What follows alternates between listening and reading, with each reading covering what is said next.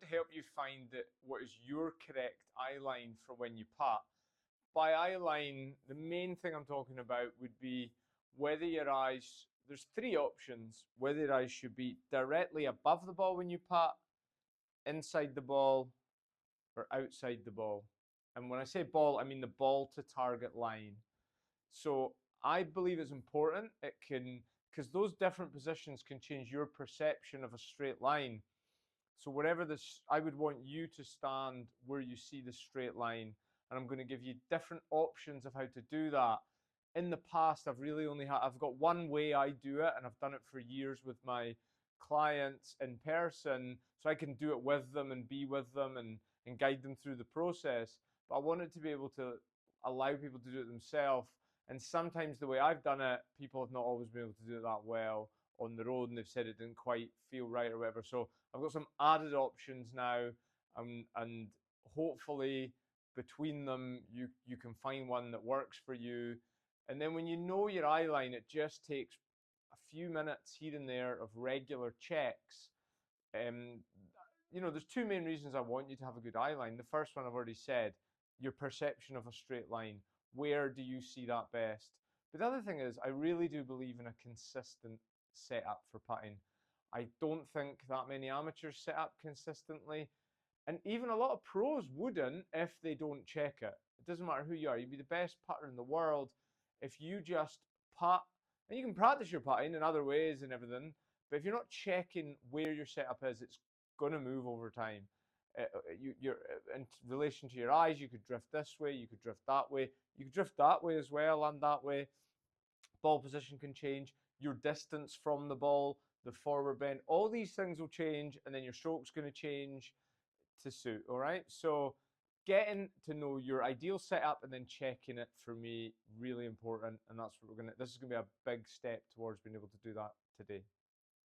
Traditional teachings, if you like, was to get your eyes directly over the ball. And the further on we've gone, we've actually found there's a lot of good putters that don't putt with their eyes over the ball. A lot of them will putt with their eyes inside the ball. I've even seen some people putting out that it's old school to say you should have your eyes over the ball. You're supposed to have your eyes inside the ball. My view, and I'm quite strong on this, is test it. It needs testing, and that's what we're doing today. Find out where you should be. I would say the majority of people that I do this test with are suited to being a little bit inside the ball, and then not that much less, to be honest, directly over the ball. And in rare cases, outside the ball. That would be rare, but it's not impossible. I know some really good putters, elite level golfers, who would putt with their eyes slightly outside the ball. That's what we're going to find out today. Another thing I'm not sold on is whether your eye dominance plays a big role in this. It might play a role, and for some it probably will play a big role.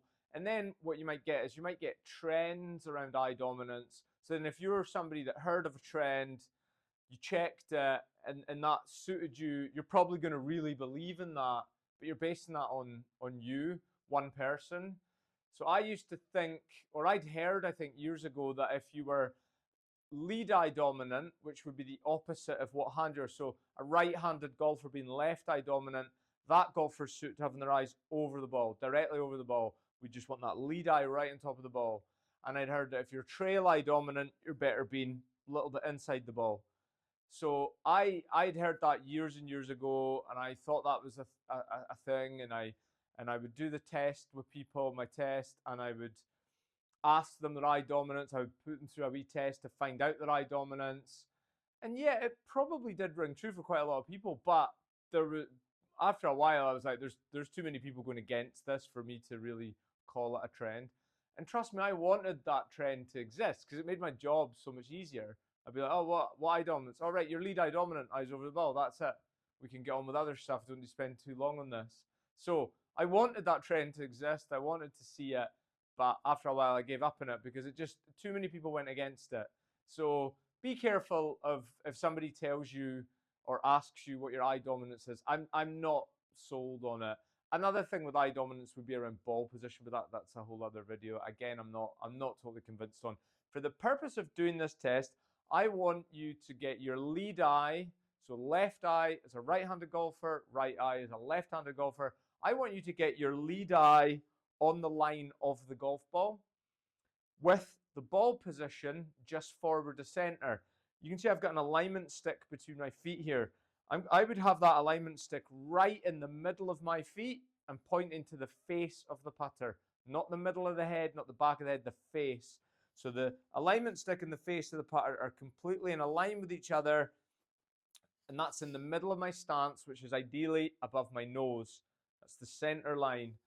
That's going to stop me having any neck tilts, side bends, and all these other things that I see on almost a daily basis in coaching. So we're going to tilt straight forward from the hips, lead eye on the line of the golf ball. And then it's a case of, should your lead eye be on top of the golf ball, below the golf ball as you look down, and if it is, how far below? Okay, so the different ways that you can test this. If I do this indoors, in here with students, I would typically do it like this. I'd have a mirror, I would have a stick between the feet, and I would usually be using a hole that's about 10 feet away, and I would quite often put a pen about 2/3 of the way, and then I'd really take care to line that pen up. I'd use the shaft of my putter, line it up. Really, I mean, I would actually use a laser. So if you've got a laser, that's even better. But if you don't have a laser, use the shaft of your putter and try and get that pen going right in the middle of the hole. And it can be anywhere half to about 2/3 between the mirror and the hole. So that's one way. You can do it with or without a putter. And what you want to do is find your normal posture. That's how I would do it.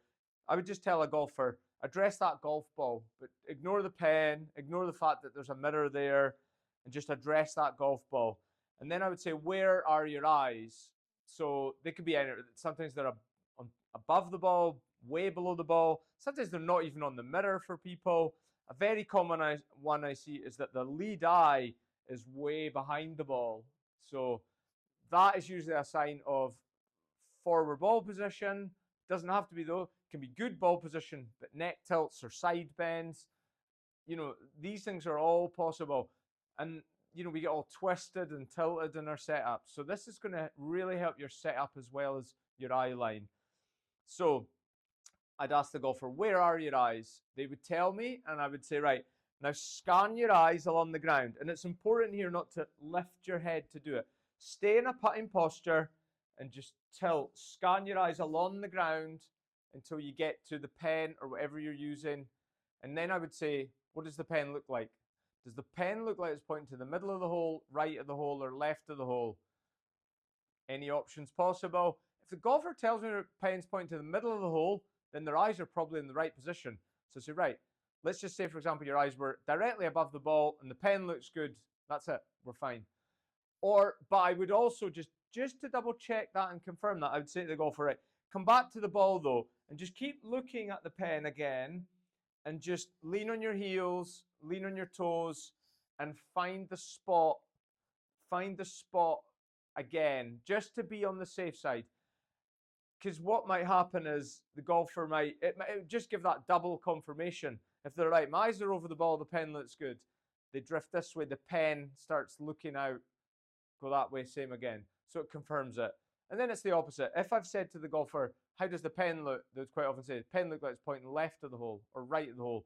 I say, right, let's now experiment with different eye positions, all right? So remember, keeping that left eye, if you're a right-handed golfer, the lead eye on the line of the ball with the right ball position, scan that way, but do it with main focus on the pen. Have a look, check your left eye is on the line of the ball, but then look at your pen. So other ways to do that. If you've got a bit more space, you can do it outside. 3 golf balls can be good. If you don't have a mirror as well, that can definitely be good. You can actually use 3 golf balls. So if you think about it, 2 golf balls is a straight line, and then put another golf ball somewhere in the middle of them. And again, take time to set it up. Make sure the golf balls are all lined up in a line. 3 balls. And again, how does it look? That might work for you better than the indoor pen test. The other one you can do is an alignment stick. And again, take your time to set it up. Do it with or without a putter and just check looking at the alignment stick. Another way that you can do this that works quite well for some people If that isn't resonating, whether it's a pen, alignment stick, or golf balls, you could actually use an alignment stick or a meter stick, a yard stick, but do it coming from the ball out instead. All right, that can work quite well for some. I personally, that doesn't work for me. It just doesn't. I do that one and I'm like, nah, this isn't working for me. I prefer the pen or the half or 2/3 out of the way. But that's me. I don't want to say that's wrong for you. So try all of these things if you like and see which one works best. Yes, it might sound a bit hassle, but imagine you spent half an hour or an hour getting that right one day. Then that's you. Maybe not for life, but maybe I putt my eyes over the ball. I'm actually a left-handed golfer, but I'm right eye dominant, and I have my right eye right on top of the golf ball when I putt. And I've known that for years now. Every now and again, I do this little check again to just see, and it's not changed so far. I don't know though. Maybe your eyes change over the years as you grow older, but I'm eyes over the ball. I check that on a regular basis. So there you go. There's lots of different ways you can check it, but for me, it's pretty important. A couple of final points on this, just to double check, is check that your eye line is also level, because that's one I see a lot. When people, it could be shoulder alignment, it could be side bend of the torso, it can be neck tilts.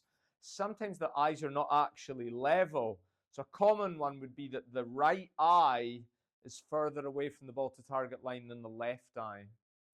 Right. Also, once you find your position, balance is pretty important. You don't want to have your eye position be standing so far away from the ball and be on your tiptoes, because you're probably going to shift that way. Likewise, don't be on your heels. So good balance and eyes level is also pretty important in this. Okay, so that pretty much wraps it up. The final thing I will say though is if you've done all of these and you feel, I think this is unlikely, but if you're not sensitive to how the pen looks, if you're like, it doesn't really make any difference, then don't stress it, but choose a position. I would choose either lead eye just below the ball or on top of the ball. Choose something that's comfortable. If the pen looks the same in either of those positions, then just go with the comfort, right? You don't want to get too close to the ball and too cramped in and stuff like that. But likewise, you don't want to be too far away that you end up with weight on your toes. So choose something that you're pretty comfortable with and the stroke feels good if you're not sensitive to the actual position of the pen. And then that's it. You're sorted, ready to go, maybe for the rest of your life, knowing your eye position. And then just please practice this regularly. I've seen things in the last year or two about Cam Smith, one of the best putters in the world, talking about how he goes to a mirror for 20 minutes every single day. He's lead eye right on top of the golf ball, and he wants to check that for 20 minutes every day. And in the grand scheme of how much those guys are practicing, 20 minutes is not a lot, but to check that every day for 20 minutes, that is a lot, and that's going to really give him a very good chance of setting up the same way every time he putts, because he's rehearsed it consistently on a daily basis. I don't expect amateur golfers to do 20 minutes every single day. But if you did 5 minutes twice a week, 3 times a week, every couple of days, if you even did 5 minutes once a week, that's going to be a lot better than nothing, knowing your eye position. So regular checks, I think 20 minutes would be the absolute maximum you would spend checking that. That's a long time, but it just shows you the level that they work at. 5 or 10 minutes doing that. It's a great way to start a practice session, to check where you're meant to be. It's also something that a lot of the pros would do before they tee off in tournament rounds. So you might want to do that. Check your R. Get a nice little small mirror that fits in your golf bag and just have a wee check before you tee off. That's a great way to set you up for going out on the course. All right. Thanks very much for watching. And if you have any questions, please just let me know. Thank you.